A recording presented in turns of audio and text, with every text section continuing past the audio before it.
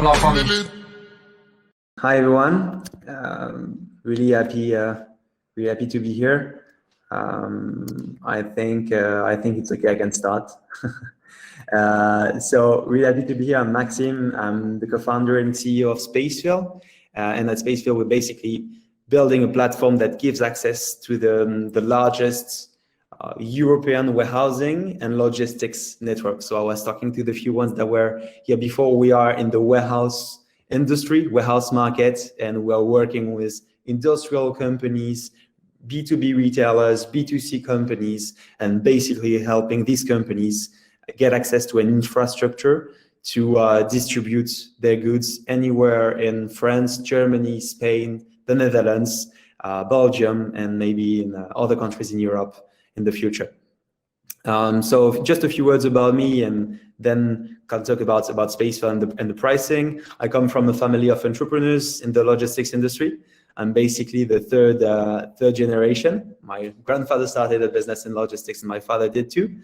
And I tried to create several businesses during my studies, which failed actually, but it was great learnings. And then I created SpaceFill during my last year of studies, because I could see from my family's background and family's business that there was a need to help businesses find the right warehousing partner and find and scale up or down their logistics, basically. So that's how I came to build SpaceFill.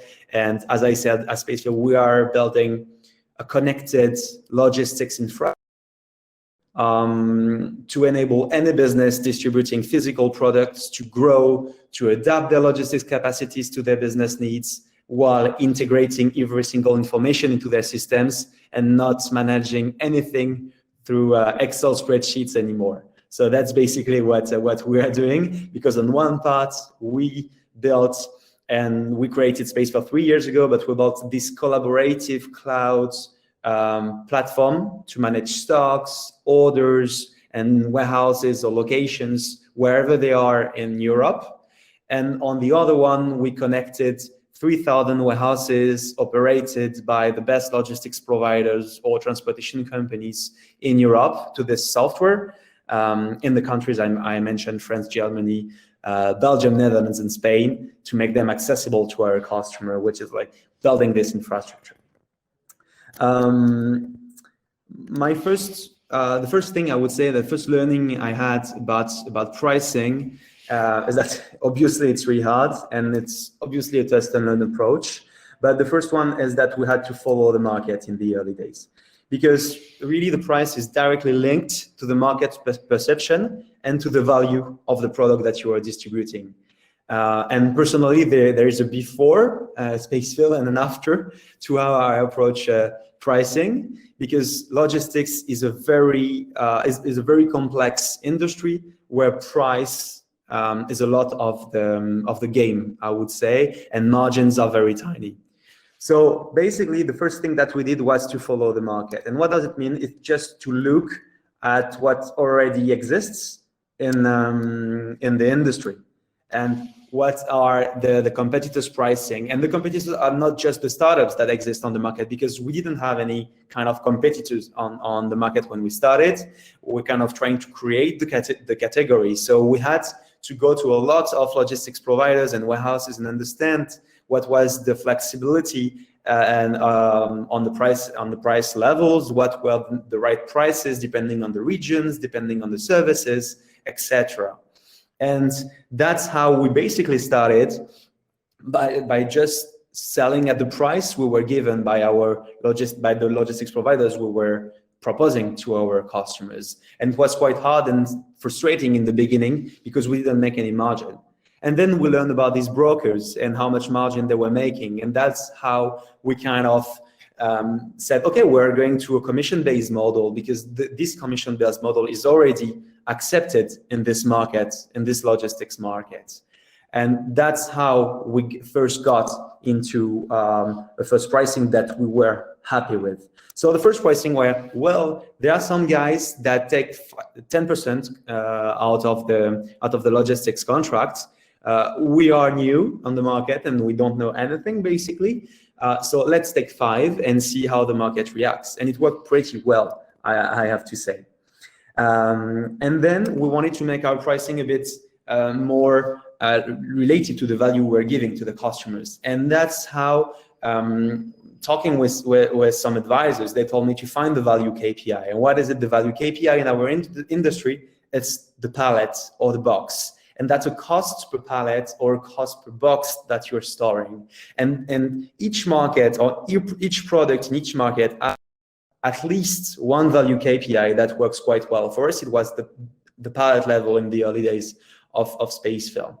And then we could see that depending on the size of the pallet, depending on the price of the goods on the pallets and the merchandise value on the pallets, there was a different sensitivity of the customers, because we could see that there were customers in some industries that were happy to pay a 20% premium for higher quality, whereas some other ones were not willing to pay anything above market rates because they are very low value products. So product pricing is also variable depending on your customers and depending on the industry of the customers you're selling with. So that's when it was a big haha moment for us. And we decided to say, okay, now pricing is not like a fixed thing that is blocked. It's something that is very flexible and that moves a lot. And we say, okay, we can increase prices, we can reduce it. Why not try and increase it and increase it and increase it? And we made all this iteration, I would say, in order to give more value to our customers, but also to increase the pricing. And that's how we added 1%, 2%, 3%, 5% more on the commissions we were taking for our customers, average commission. And in exchange for that, we decided to give more value to the customer. And how to give more value to the customers? By adding additional services. For example, we decided to take the responsibility of the contract. We decided to insure the goods of our customers. We decided to set up a customer success team with service level agreements in 2 hours so that our customers could pay for a premium for a better service, etc., etc., etc. And that helped us really increase a lot our margin. And obviously, that doesn't need a lot of investment. What we did also, and that was thanks to the traction we had, we were able to raise kind of some money, I would say, and that helped us invest a lot of money into our technology and to develop a software solution that I told you about. And then having all these customers that we had before, it was the best test scenario, I would say, or test group to test our product offering until it was ready to be another product that we could sell and another part of the value we're giving to the customers.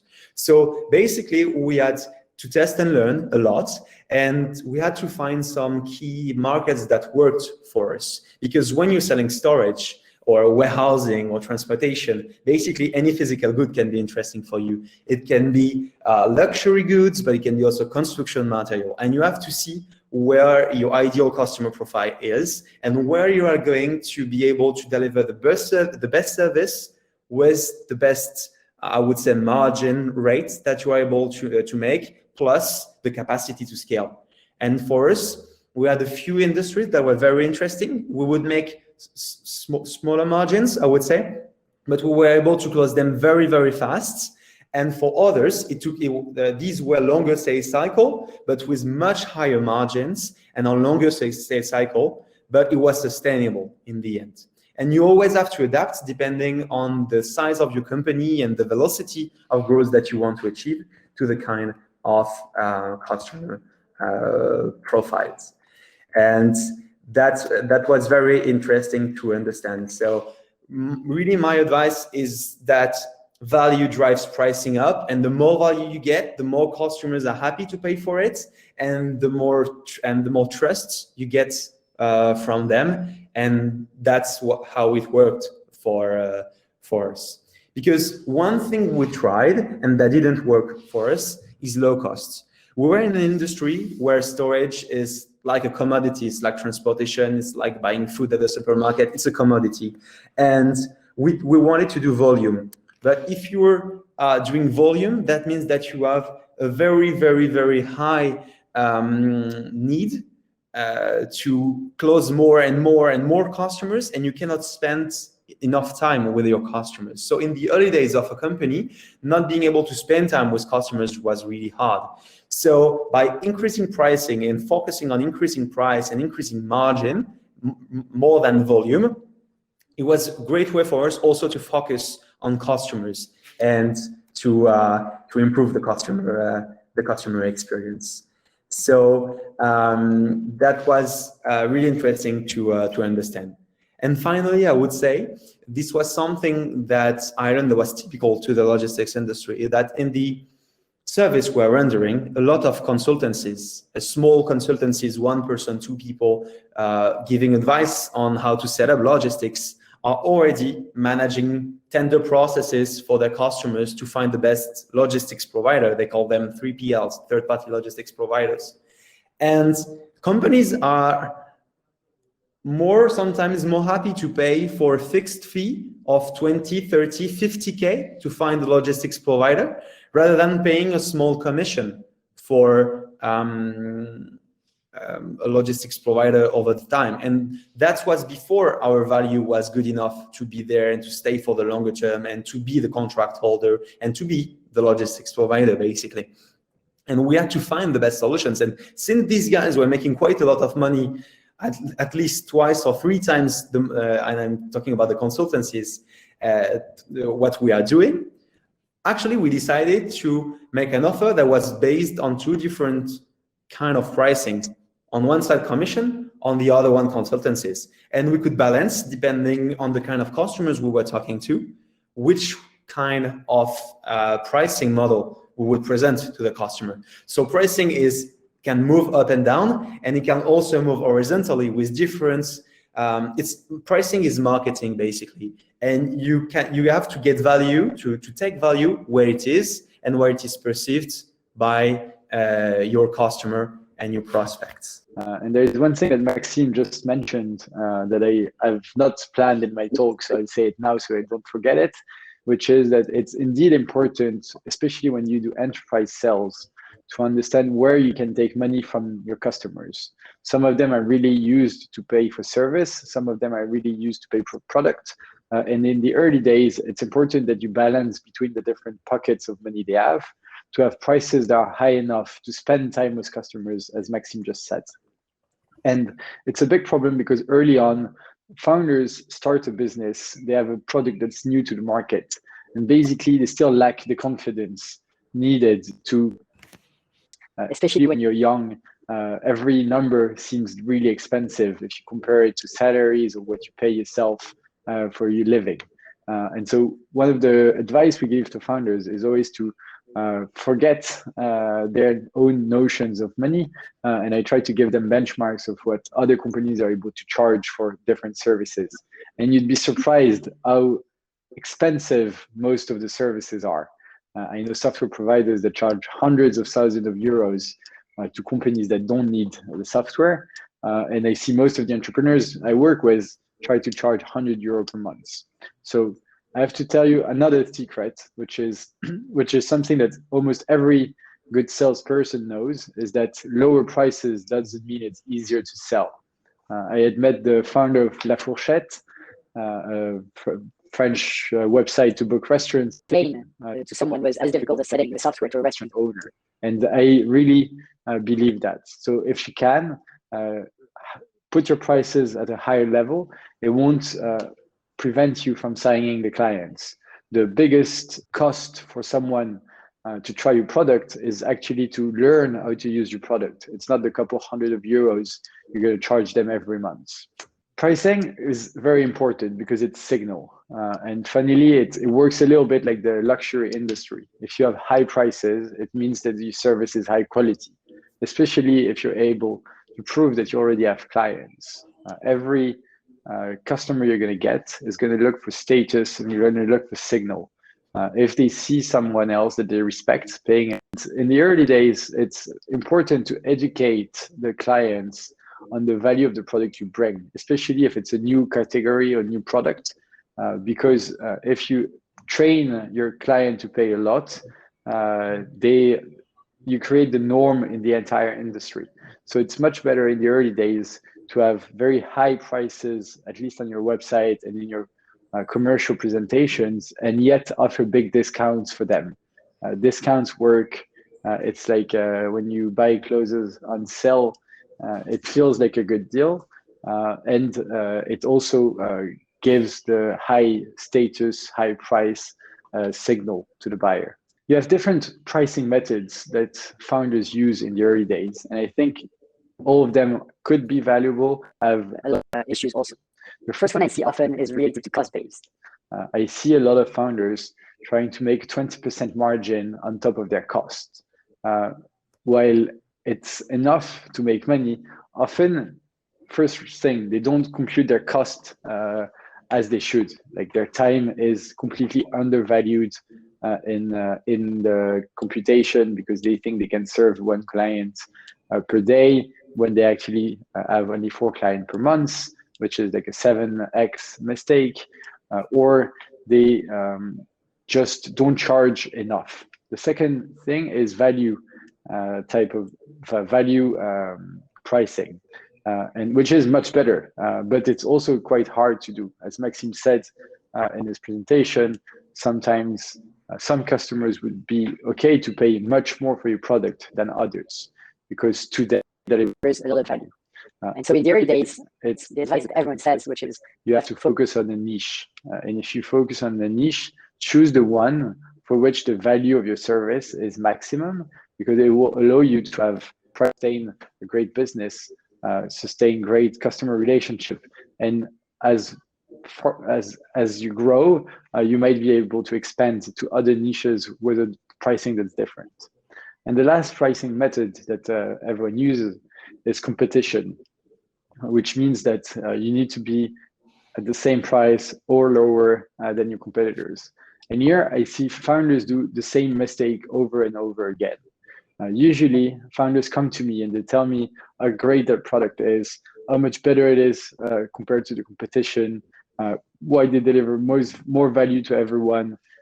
And at the end of the sentence, don't be 2 times cheaper, be 2 times more expensive. And over time, you might be able to lower your price because of the cost benefit you have compared to competition, especially if you're using tech. But in the early days, it's really a lose-lose situation to have prices that are too low. Pricing is incredibly important because it's what's going to define your business. It sets your industry standards, especially if you're in a new industry. If you start a business and you do warehousing at 5% margin compared to the cost, and you get a new competitor, the likelihood that he also prices at 5% is super high. And then it's a bottleneck for you. You can't raise your prices because you have a competitor that's high and don't ruin the economics of the entire industry. In business school, they like to say that rule number 1 of business is never lower your prices. The second reason is that it sets your unit economics. It basically says whether you have good margins or not. And as Maxime said, it means that you are able to have customer support or not. It means that you're able to invest in making a better product through the margin that you generate, which is very familiar to Peter Thiel theory about monopolies. So it's incredibly important. And the last part is even more important. It's the price at which you sell is going to define your go-to-market. Basically, if you sell a software between 0 and 500 euros a year, then you can't afford to have. That means you have a marketing-led company. So on top of building a product, the second function in the business is going to be brand, performance marketing, and you're going to be optimizing funnels for everyone to convert your product. If you're selling a product at a higher price, let's say between 1,000 and a couple thousand euros a year, then you can afford to have telesales, which means you have people in a large office that take calls and calls and calls to close clients. And then if you sell something over 5,000 a year, you have about 5,000 a year in margin because it's software. then you can afford to have real salespeople, and they can take meetings, and they can afford to have a several step process to convince the client. So understanding early on what your pricing is really, really going to find what type of organization you build. And the go-to-market organization is at least as important as the product part of the company. Florian talked about B2B sales earlier in his presentation about Data Eco. They're a super tech product, yet they have less than 100 employees building the product, and they have 500 selling them. So really, really focus on that aspect. If I had to give you a couple tips regarding pricing, I have a couple that are similar to what Maxime said. First one is start with industry standard prices. You want everyone to understand how you price. You want the set of incentive to be not too foreign to what exists. Of course, if everyone is doing licenses, you can do to a service. There are things that are becoming benchmarks, and you can afford to have some innovation, but don't do too much. The second thing is keep your pricing simple. I often see founders coming up with 5 different tiers in pricing, with usage-based plus premium plus SLAs. In the early days, you want your customers to understand how much they're going to pay and to see how much value they're going to get from your product. So keep it to the most simple version, and you iterate with time, and probably you'll make it even more simple with time. And the last thing is very close to what Maxime said, and a lot of the founders I talk to make fun of me, because every time I talk to them, I tell them to double their prices. And it's just a fact that companies undercharge in the early days. That they should raise the prices again and again until the conversion really drops and they get angry customers. If you look at companies like Intercom or providers, you'd be surprised at how much they charge. It's literally thousands of euros every month for a service that people don't really understand whether it brings value. So guys, girls, when you build your businesses, please raise your prices and keep things simple. So we've got some time for questions.